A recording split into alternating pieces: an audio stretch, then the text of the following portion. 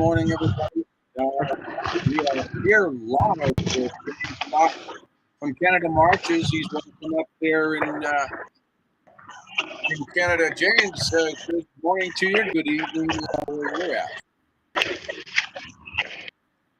at. Actually, in New Brunswick, the province of New Brunswick, we kilometers away, or 60 miles to the east of Fredericton, New Brunswick, a prominent Cool. city here in the province.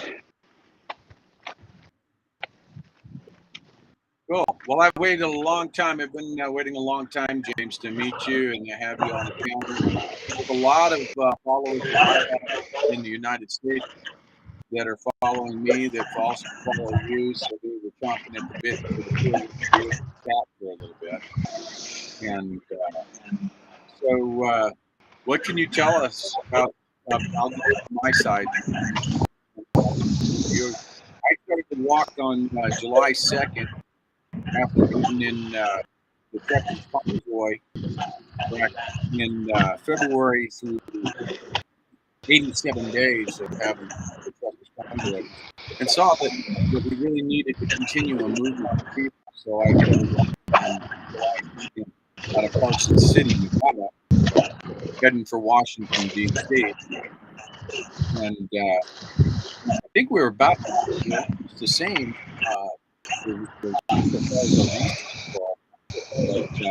this is really an awareness walk for people to understand that to make change anywhere or any government, of course, in the United States, we need people. We need to have people together and let the voices be heard. So, if you would, if go ahead and let when you started. Yeah. So for me, it really started back in November. The policy that was put in place here in Canada was that workers, including those in the armed forces, were required to have or prove their vaccination status in order to continue their employment. Particularly been opposed to start, not so much because of the vaccine itself, even though I do have concerns about it. It was the actions of the government making it as something that you needed to have for employment. The kind of authority that I thought was detrimental to a free society and process. So I was placed on what's called leave without pay, and not allowed to come into work. This was with my public service job. So just to give you a bit of background, armed forces for 28 years, full-time regiments, multiple training missions with a multiple different countries. 2019, I transferred to the Reserve Force here in the part-time Army, similar to your reserves. And by doing that, I was able to get another full-time job with the federal government. So I was a facility manager, and in both cases, I was affected by where I was on leave without pay, and in another case with my armed forces job, I was placed on what's called a 5F release. So basically, a 5F. Is it working? Or? Yeah, it's working. Okay. The sound is telling me that the sound has a bit of an issue. Yeah, no, you're fine. You're fine. Continue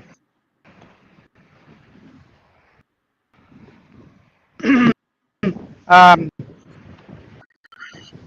Basically, a 5F release, you can both understand, is more or less a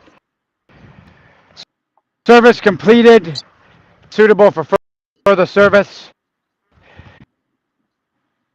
And that was what is facing those of us, um, and did not lose our vaccination status and or refuse to take the vaccine. So that happened in November of last year. Fast forward to January, we saw protests where for the first time in 2 years, we saw people coming out supporting each other, pushing back on these mandates, because what was at that time was a vaccination and a proof of vaccination to go back and forth. So this impacted a significant sector of that community and back on it, and that inspired others to go to Ottawa.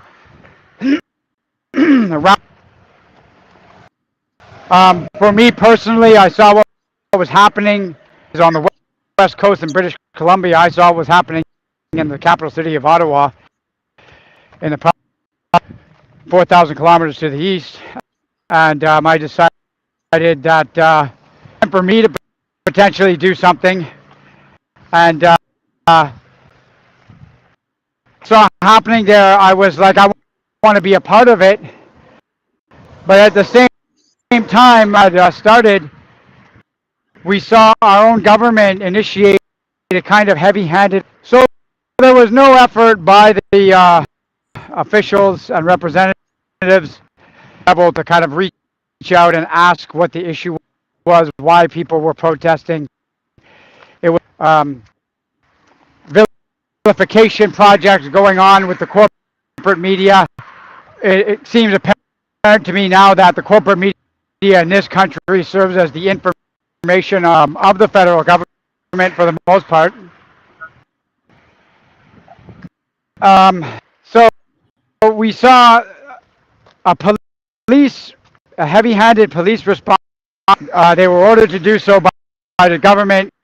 The protests were broken up, and on the one hand, I was inspired. On the other hand, I was outraged because of the treatment our fellow Canadians, citizens, by our own government. I mean, we had people, private citizens, having their bank accounts frozen for supporting this protest by GoFundMe. Development to see, and I never thought I would ever see anything like this happen in this country. So, in February the 12th, I made a video. I put my uniform on. I made a video. I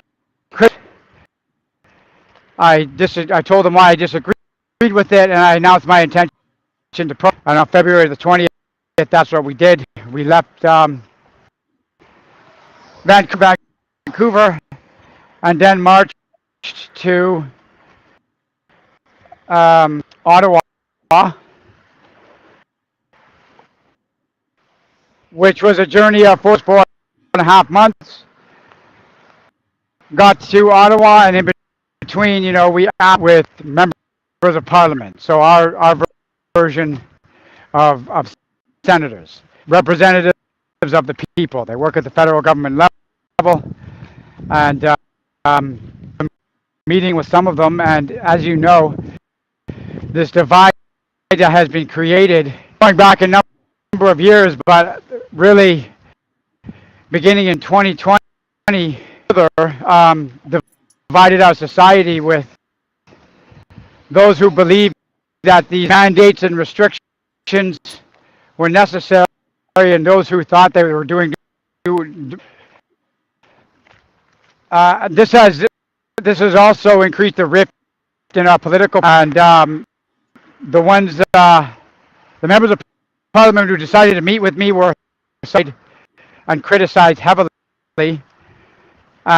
And what I was doing was, of course, presented in the media in this country. And, however, I will say that there was some success had here, and the folks who had not gone to Ottawa to protest, had they not done that, we in full-blown vaccine passport territory right now. That's where this was all headed. I think that it was because of their actions. That's why, even though it's federal and provincial government officials pulled back on the implementation of those policies and quote unquote suspended various restrictions and mandates. Federal government workers were called back to work without having to have the vaccine status. So all of this has unrolled as of between February to June, now into July. We saw that armed force being dishonorably discharged or 5F'd out of for not agreeing to this policy, for not following it, and the reasons why we continue to do this march. Now, as of today, we've crossed, to put it in perspective for your audience, we probably comparable distances from Seattle to Syracuse, New York.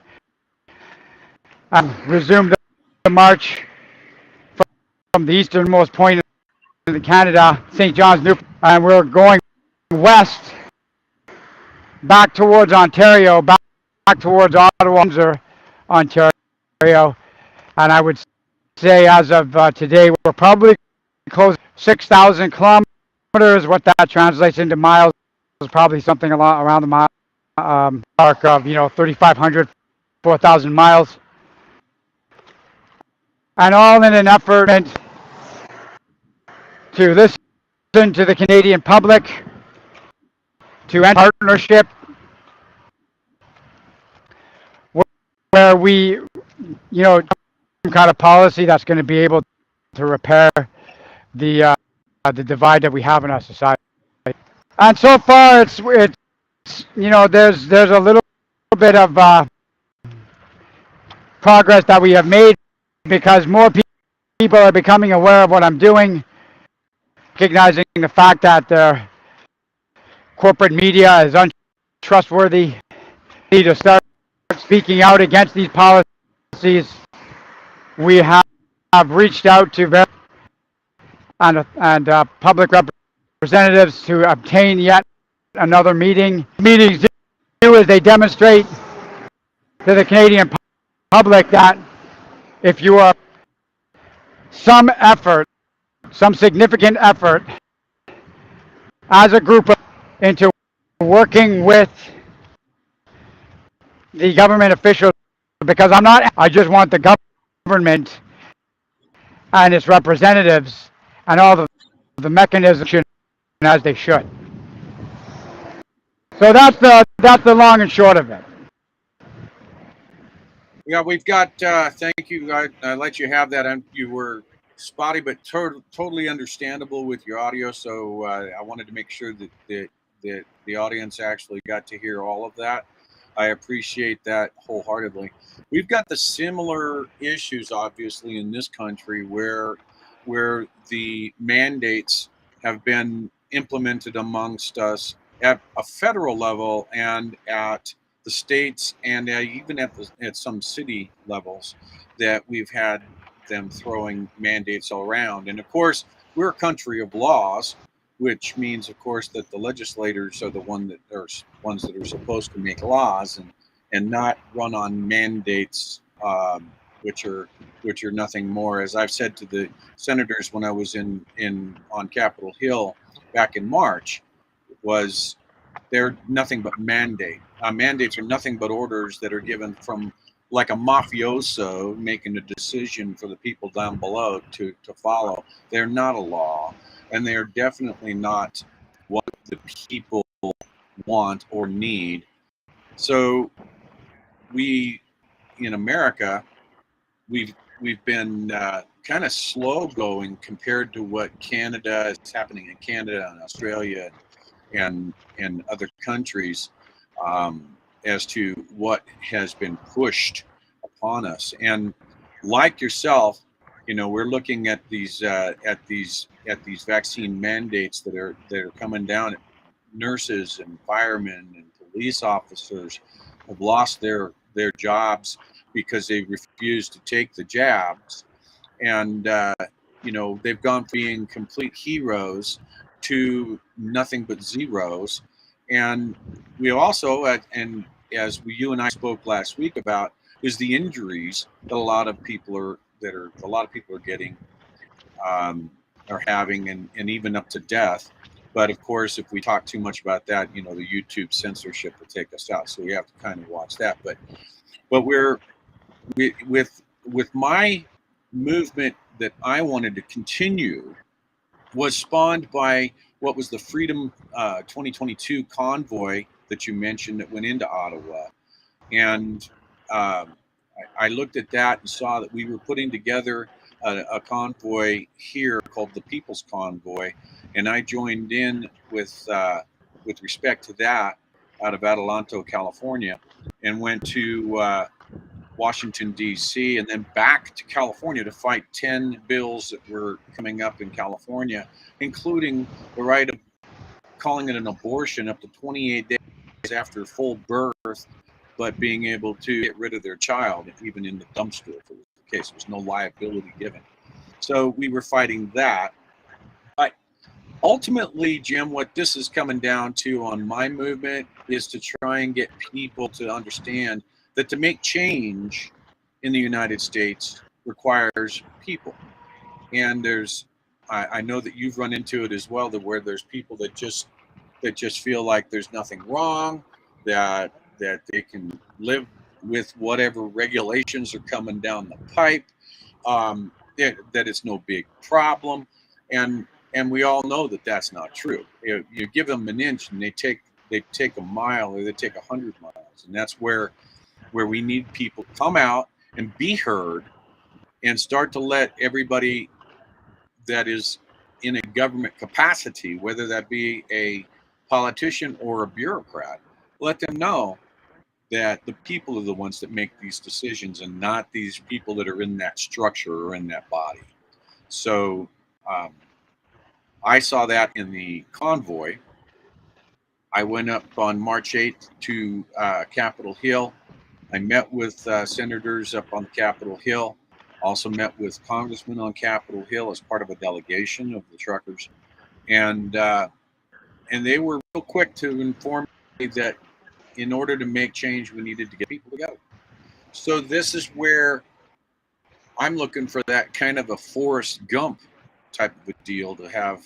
I just literally have started out my walk. I mean, even though it's been almost 2 months, I've just gotten across one state, and I'm not putting the pace that you're putting in. You're doing 40 kilometers a day, I think, that you're trying to target, and which I think is around 28 miles if I do the calculation right. We'll get there.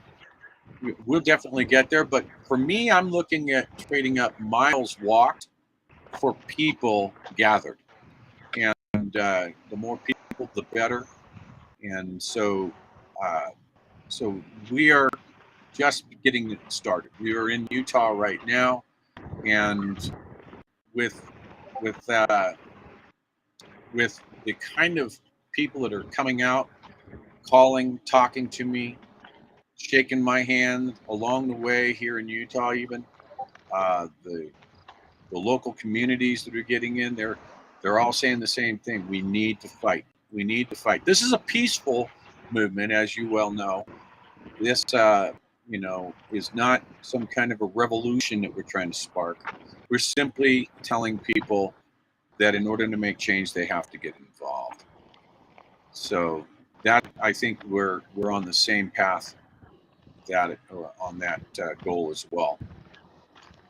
And with respect to what my movement that I started here is to get rid of this state of emergency. With getting rid of the state of emergency is the beginning of what starts to heal our Constitution, because it takes away their excuses. It takes that foundation away for the building that they've been building up above it. And so we're looking to tear that down. Mandates are only one section of that. money being filtered out and sent all over the place is another, as is happening in Canada as well. So, just what, just just to kind of refocus or restate what this is. This is something I had talked to Paul Alexander about actually, and he was of the same mind. You know, this is to the public attention is this Emergency Measures Act in Canada, where it was that's what enabled the police response, what enabled the government to freeze people's bank accounts, and definitely more attention to that. But more about what we're focusing on here is like you said, in the functioning of our government, because this, a lot of was as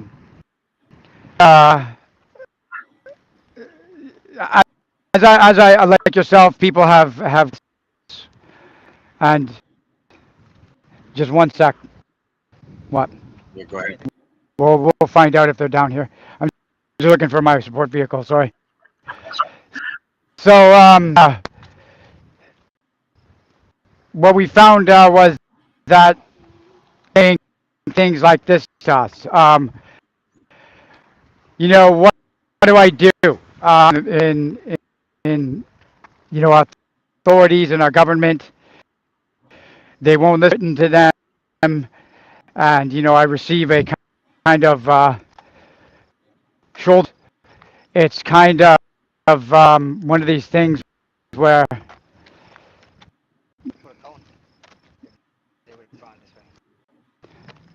okay, well, we'll go back this way.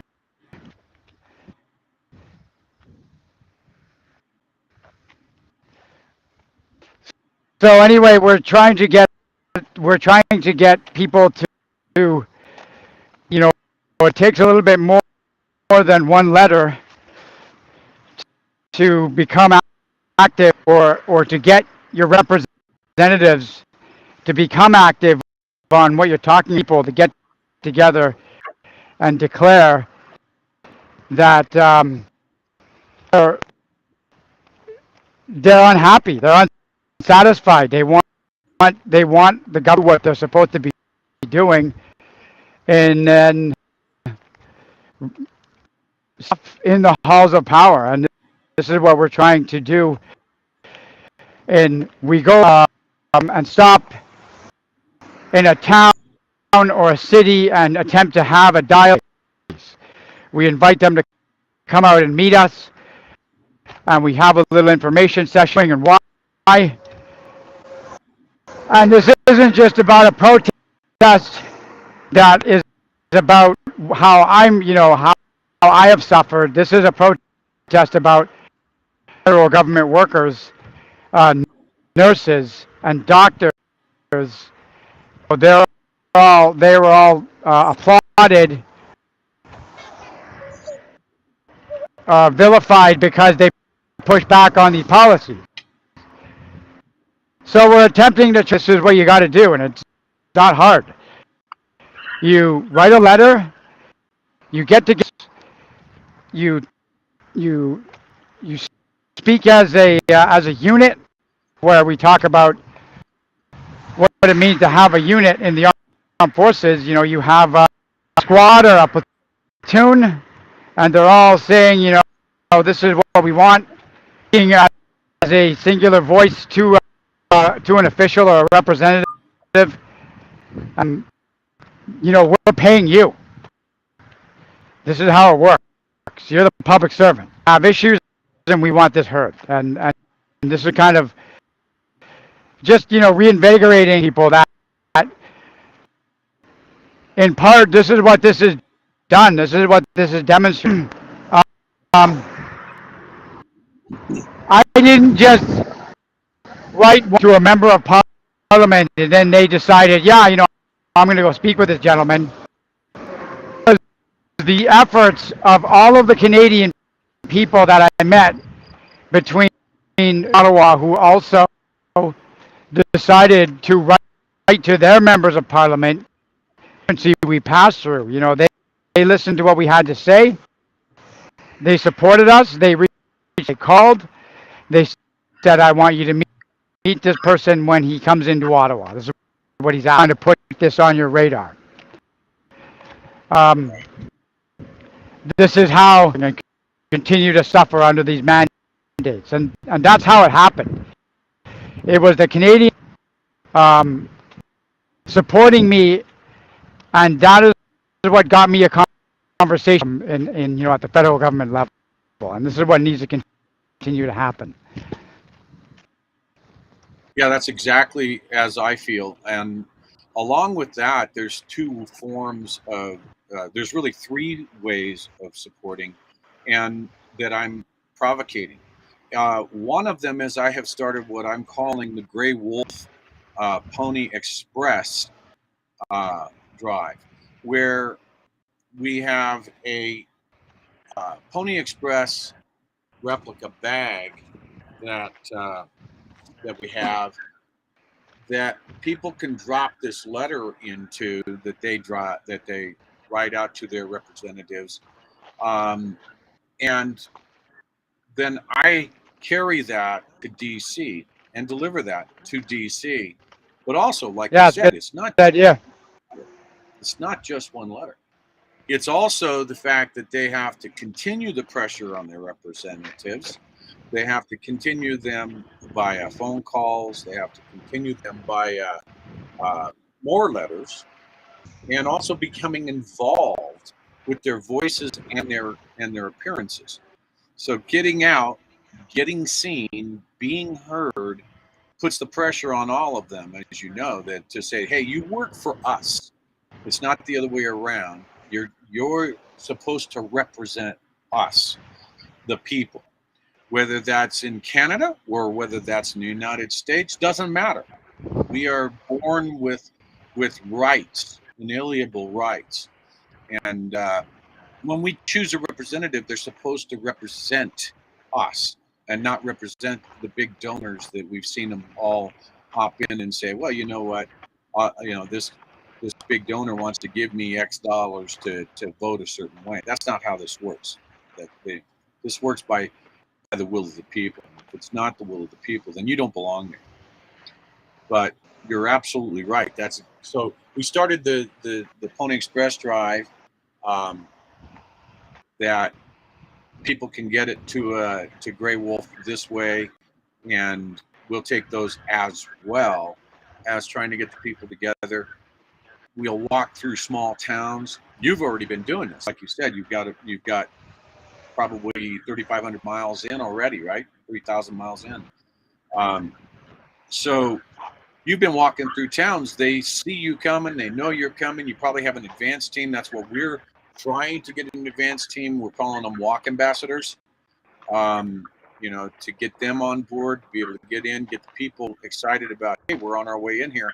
Let's get these people out. Let's get them seen, and let's get some communications going at a community level, and then on up to a state level, just like Yeah, your provincial levels. And then go ahead. yeah, no, seemed like you cut out. I got you. Can you hear me Okay. now? So yeah, go ahead. Yeah. So the bottom line is letters, cards, drawings from kids, especially crayon drawings for kids. We're going to take them all. When I was there in March, I read a letter to Senator Ron Johnson of Wisconsin, and you could tell that it touched him. And so these are very powerful letters indeed, and it all comes from constituents of representatives. And so that's what we want. We want to see that as many people as possible come out, support both of our causes. We're really kind of parallel. I know that you're working on the vaccine injury side of things. You're working on on the forced vaccine mandates. This isn't far away from what we're doing here in the United States with the gray wolf walk. We want to see that state of emergency ended, and we want to see legislation passed that will keep any kind of this state of emergency type of process be used ever again. We don't ever want to see that used again. So our Senate passed a bill that would do that, but it's being held up in the scheduling up on the House. So, but I'm exactly the same way. I want to represent the people in front of these senators and these congressmen where I can, like you yourself have been doing there, and it's really kind of humbling to see that we're actually doing the same thing, just a little bit of differences. Back to you. I just want to clarify one thing too. This isn't just about the issue with vaccines. About as a whole, I would say the implementation of a variety of different things, just the authority and abuse of authority that has been in just about 2 years. Um, Yeah. the mandates were put in place. Uh, we know now they have done more harm than good. Like, I mean, there are articles being pulled, a variety of different corporate sources, magazines, that point to the cognitive deficits now being in children being, forced to wear masks in school. This unclear policies that dictate, how many people per house that was put in place here in Canada for a while. This is a pushback on against all of that stuff. Yes. And when I say various authorities, science in quotation marks. Meanwhile, they can't explain it. It's just their defense mechanism is to resort to this phrase, and it has nothing to do with real science. It's just nonsense for the most part. Mind that has just succumbed to groupthink to try to get people to realize that, what I saw, it was uplifting because you saw other people in such a way, so many of them that you finally felt alone. Like that's what part of this is about too. Just getting folks to realize that they're not alone and they're not as they are when they have these kind of thoughts, and it's just giving them an idea of what they need to do to heard and make themselves understood, and they don't have to be a slave to their fear much to do some of your own research, even though I know that is being trickled out in various corporate articles, and dangerous, but again, it's been proven now after all this time that answered, they were the ones more often. Go ahead. You're still good.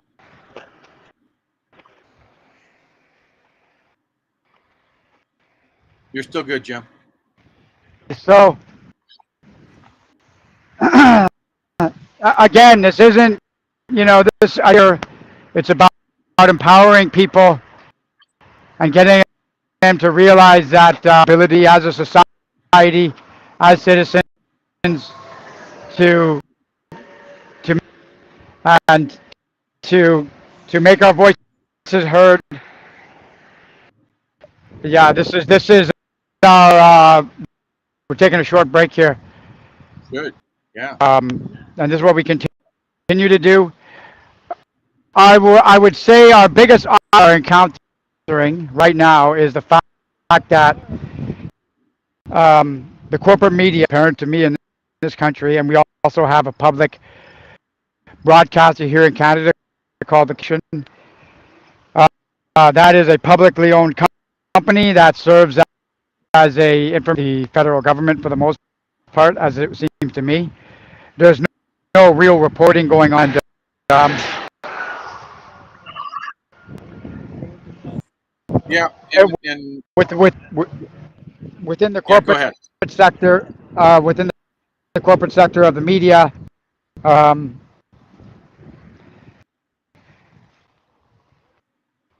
subsidized industry that again serves the federal government. This is what we are encountering now, in that if we had come out on just about India, we would probably be getting a lot more coverage.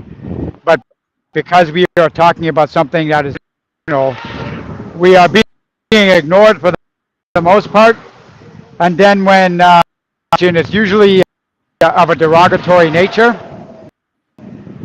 So that that is one of the main obstacles we have. Some of the physical and logistical and administrative ones, in that we're doing this with no funding apart. Um, and then, of course, in this country, as you know, you're an organization called Antifa, and we also have a that was started um, called the Canadian Anti-Hate Network. Purports to do is identify and report on far right extremism. Is something that I think is a label applied to anybody who is not in agreeing, really supportive of these government policies. And so we have this kind of bully going around and misrepresenting us and in just about every way, shape, and form. Not to mention, astonishing to me that this is happening in this country, because this is something that I would have thought is happening in a much less developed land 100 years ago. But as we go from town to town and city to city and attempt to have and meet with folks, we attempt to use some of the funding that we receive, rent out a conference room or a hall, and we have these bullies calling these organizations up and business with us. So this is the kind of thing that is happening. To what extent you've had experience with that, but this is the main obstacle we're having. A misinformation campaign and a hate campaign by an organization that claims to be really something astonishing to see and witness, and to be the subject of it. It is kind of disturbing in a number of different ways. Yeah. I'm We are having to hit. pushing back on it. Yeah, pushing back, and we have seen. I mean, when I was actually in the when I was in the convoy, we ran into the same thing where there was several organizations that were attempting to get in, saying that they were with us, and but then they really weren't. They are far right extremism or whatever the case might be, trying to distract from the message we were trying to deliver as well. And we're doing the same. I tell people myself on my streams that this isn't just about the mandates. This is about so much more. This is the number two thing is when it comes to all of this is accountability, and to expose those that have been abusing our these loopholes of these emergency powers, whether they be through acts of several years ago or through proclamations of current. They're all utilizing and they're abusing that. So being able to raise the people up against that. I mean, we all know that in all of history and all of time, that all governments, when they come to an end, it is at the will of the people that bring them to an end. And I think long past time that the people actually need to stand up and let all of these governments and the bureaucrats that are tied to them know just who they work for and what we the people are going to do about them. So yeah, absolutely. Yeah. We just to kind of in as much as possible in an effort to stymie that say opposition that we're having. We are to now we have decided that enough's enough of letting the bullies just call us names and then furthermore bully business owners and business with us. We've had enough, and we're gonna on that, and we're asking anybody who wants to support this up a give send and go for the purposes of funding a legal to an article that came out about um, um, myself, where I'm referenced in the URL. So this is how clever the URL and various other technological aspects, posting articles in the internet. I'm referred to as or a far right extremist. So it's that we're pushing back on, and because this is such a straight up and up, we are going to attempt a legal action. It's a very much a battle, but as long as it gets out into the public, so that they recognize what's happening, that everything that they're being told on these corporate channels is more often than not, if not highly inaccurate, then blatantly untrue. So this is what we're doing in an attempt to push back on that. Like, I mean, let's recognize that um, the pursuit of comfort, having your information handed to you, getting everything that you are informationally speaking from your phone or the internet, that's not always the way forward. Sometimes you gotta listen to what they're saying. You gotta hear those stories. It takes a little bit more effort into everything that we're doing here, including this, reaching out to people, empowering them, letting them get active in the government, and start it small and build up from. Don't realize that they have the ability to go out and run full school boards, you know, get involved in other organizations like that at the. And then again, where I'm going with this is it's just about empowering yourself, and that's what we're doing. These on the yellow journalism that we're encountering here to kind of show people that you don't just have to sit back and take it. Absolutely, yeah.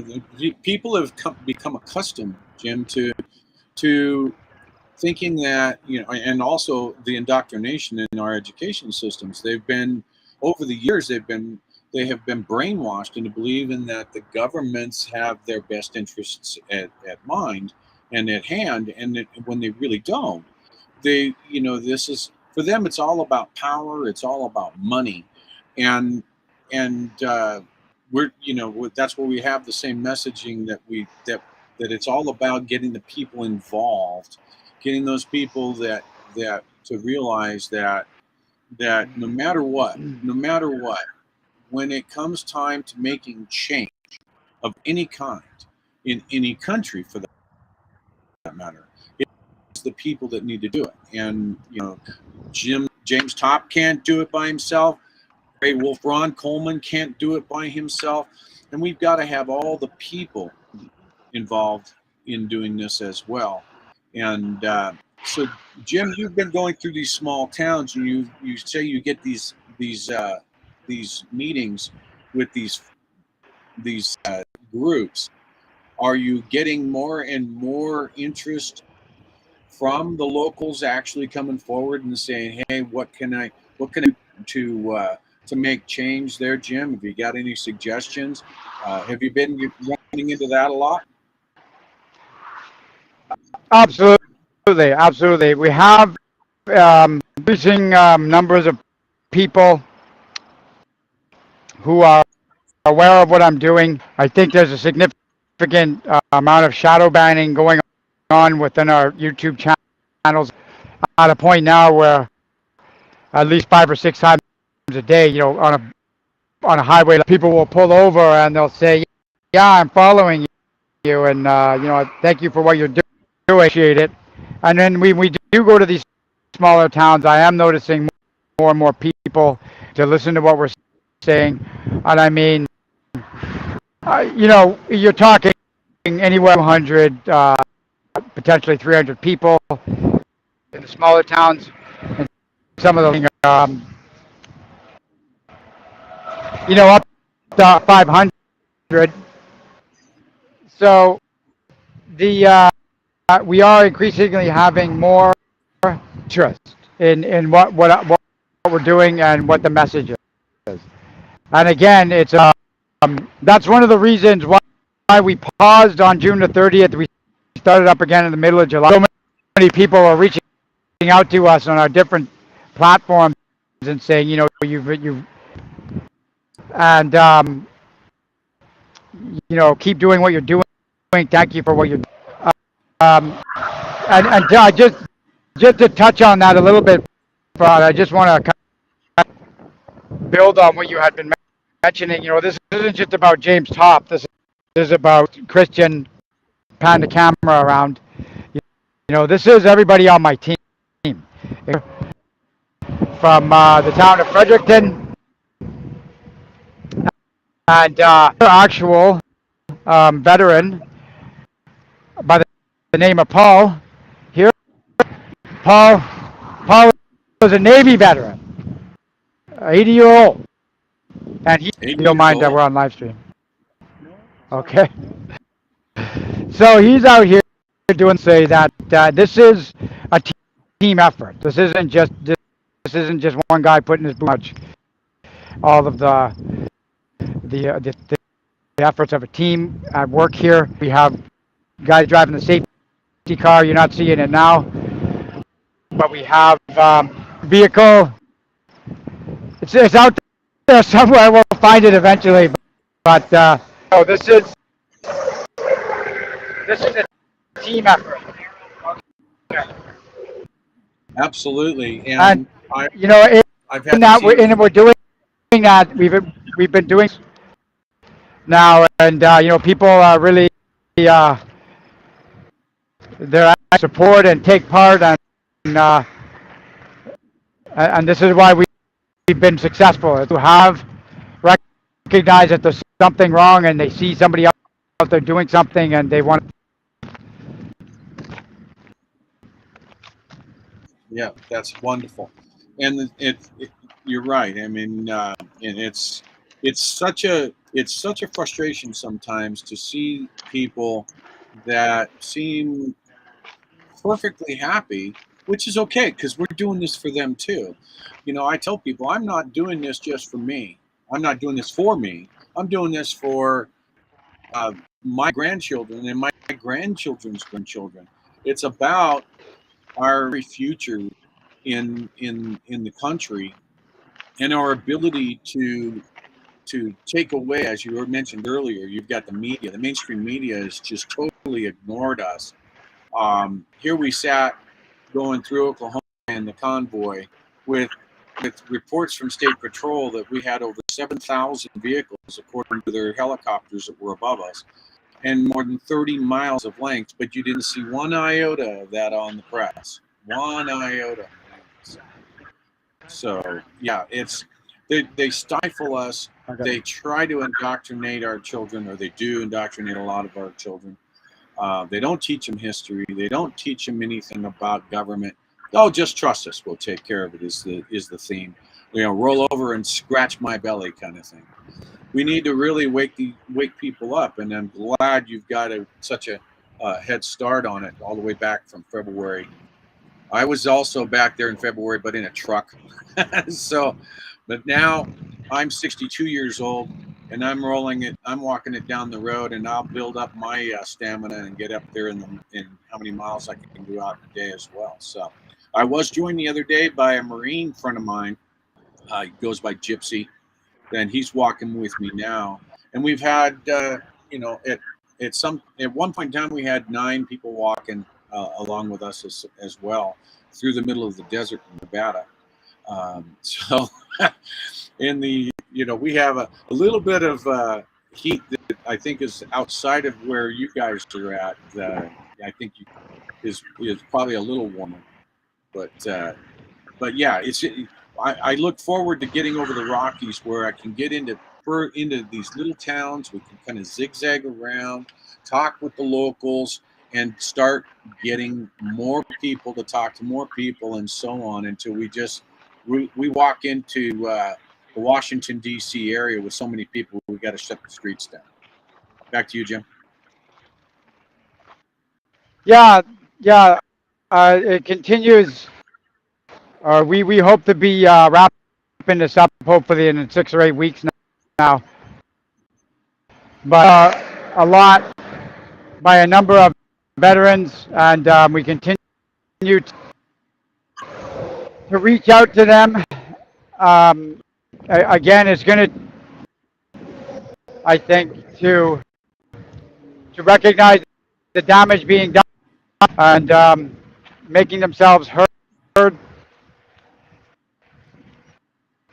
We are reaching out and trying to speak to our government representatives on their behalf. And I think we're just going to probably have to cut short here because I have to.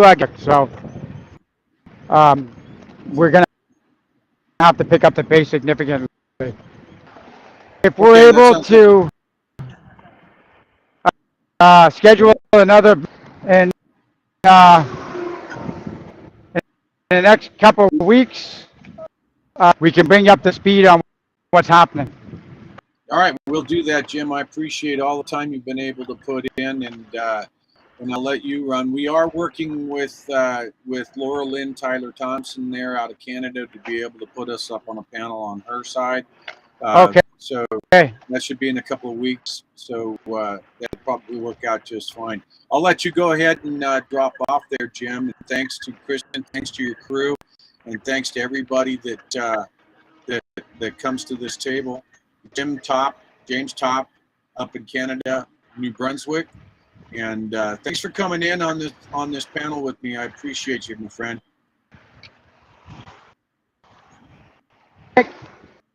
Thanks again for having us on the show, and we'll look forward to talking to you again in the future. All right, James. We'll talk to you later. Bye now.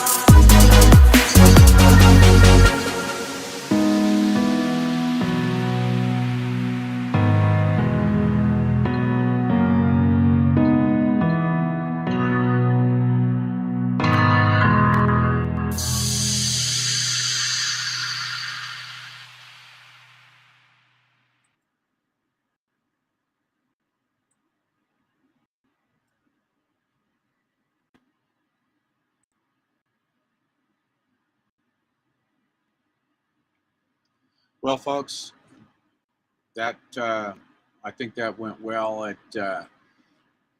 When we've got a little bit more control over the situation, I bring you folks in that would be talking with myself and James, and he's got to pick up the pace a little bit with their goal for the day. So we cut that a little bit shorter than we had hoped, but it still, I think that worked out quite well. So we do have a schedule that we're working on to have myself and James panel up with Laura Lynn Tyler Thompson up in Canada, and also, myself getting with Dr. Paul Alexander on his podcast. Also, here in the next week, Dr. Pierre Corey, it's also one of Grey Wolf Walk supporters, is going to be holding webinars, and I've been invited to do a weekly update with him. So understand, when you hear Jim talk, when you hear myself talk, we are wanting the same thing. We are wanting people to understand that the government is overreaching. And that's the ultimate message when you listen to both of us. The government is in fact overreaching. They're taking advantage of loopholes that they've created, and we need to bring this to an end. We do that by tipping over that first domino, if you will. And that first domino can get tipped over when we increase the count of people is what it takes. No ifs or buts about it. Get out there. If you're in Canada right now, thank you for coming in. I saw Germany is in the house. Thank you for coming in. Peru is in the house. Brazil, Mexico. This is a worldwide phenomena that is occurring in Australia, Serbia. So get out and let your voices be heard, and let's get this let's get this people movement off the ground. I've been out since July 2nd. Jim's been going since February. I've been walking since July 2nd. But I've been also in the movement since February with the convoy that I was in. So people, we can make this happen. We can make this happen. And we can let the media and the politicians and the bureaucrats and governments around this world know who it is that they truly work for. And so with that, I'm going to let you have this montage one more time, and then we're going to end the stream for the day. God bless Canada, God bless the United States, and God bless you.